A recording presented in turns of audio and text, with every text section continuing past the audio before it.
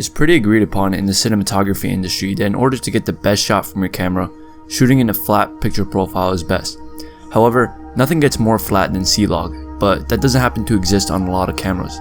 In fact, my Canon T5i didn't even come with C-Log, so I decided to use Cinestyle, a close cousin. The picture profile it outputs is super faded and flat, but once you take it into your color grader, you're able to get the most out of your images, and I'll show you guys how to do it, and it's super simple, trust me. Now you're going to want to download Canon's EOS utility, but what this does is allow you to edit parameters and settings of your camera straight from your computer. If you have the DVD, use that, but you can download it online, kind of a hack if you will, and I'll add the links in the description on the tutorial I followed, and it worked for me.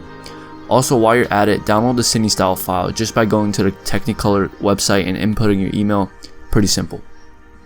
So before you begin, make sure to plug in your camera using a micro USB. Next, open up the EOS utility.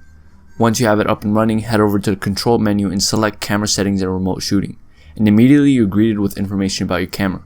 So under your shooting menu, you're going to click register user defined style.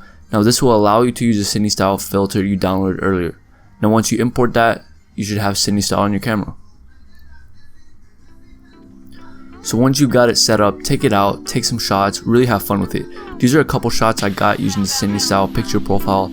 And as you can see, I'm able to push the highlights, shadows, and pretty much anything as if I shot in RAW because of this flat picture profile. If you guys enjoyed this video, feel free to subscribe for more content like this, and I'll see you guys in the next one.